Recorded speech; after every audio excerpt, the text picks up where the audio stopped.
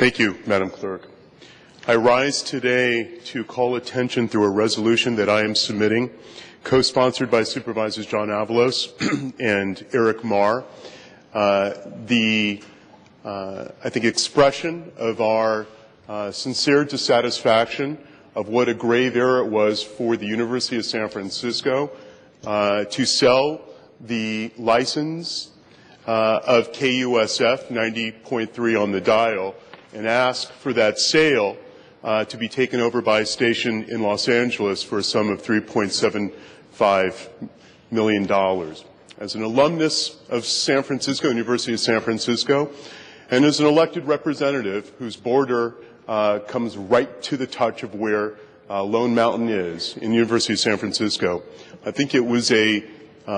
travesty that the University of San Francisco did not reach out to a well-known community of very, very creative, thoughtful, brilliant, ingenious people who for the last 33 years have built a radio station that is not just well known to practically every community throughout San Francisco and the Bay Area, but that has garnered a reputation as one of the finest stations of its kind in the United States and beyond.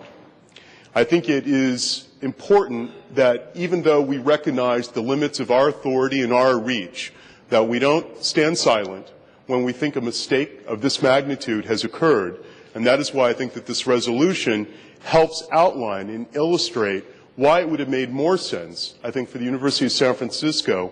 to apply that Jesuit ethic in simply asking in a more respectful way of the community that has so put in their time, volunteer time, and investment of in-kind resources and their own dollars in the caretaking and in the sustaining of that radio station to have at least offered a first right of refusal decision to that particular community in a troubleshooting and problem-solving way that I think would have been consistent with the Jesuit outlook.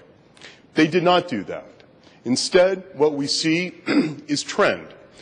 that I know scares us because the Board of Supervisors has weighed in when we've seen the subversion of public access TV programming time to time, where we've had to intervene and apply pressure to such institutions like Comcast and others that they do not yank those dollars that are able to make public access still available and available for all communities.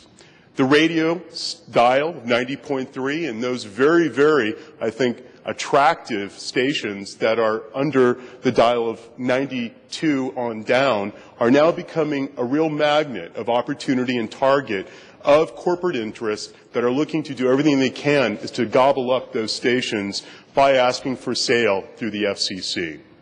I think it's important that we come together as best as we possibly can, call attention to the fact that we would like the University of San Francisco and the FCC to rescind this decision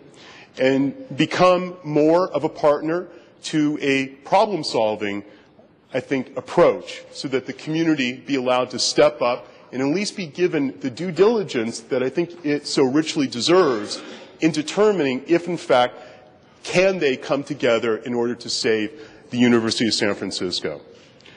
More notably, the very fact that the University of San Francisco had sold the station, KUSF, to a station in Los Angeles only adds, I think, to the hurt and the fact that it is the kind of programming, in some respect, that we're concerned about that is now lost. When you talk about programming that is 24 hours a day, 7 days a week, that is airing over 12 languages, those primary and not so primary languages in San Francisco, that has a relationship to 9 consulates in San Francisco that assist with that particular programming, that is cutting edge in its programming for all ages, that with the loss of KUSF, there is literally no other station that I think that can compensate effectively for that well-rounded, I think, benefit that the public certainly will come to appreciate in the loss. Quite simply, this is a loss of a non-commercial station, another non-commercial station that is now being, I think, dashed simply because of the idea of making a profit. That's a mistake. It's also a mistake to deny the community a benefit and resource that they've had for 33 years that now all of a sudden will go away. We appreciate the struggles that the University of San Francisco is facing financially. We know that they must be certainly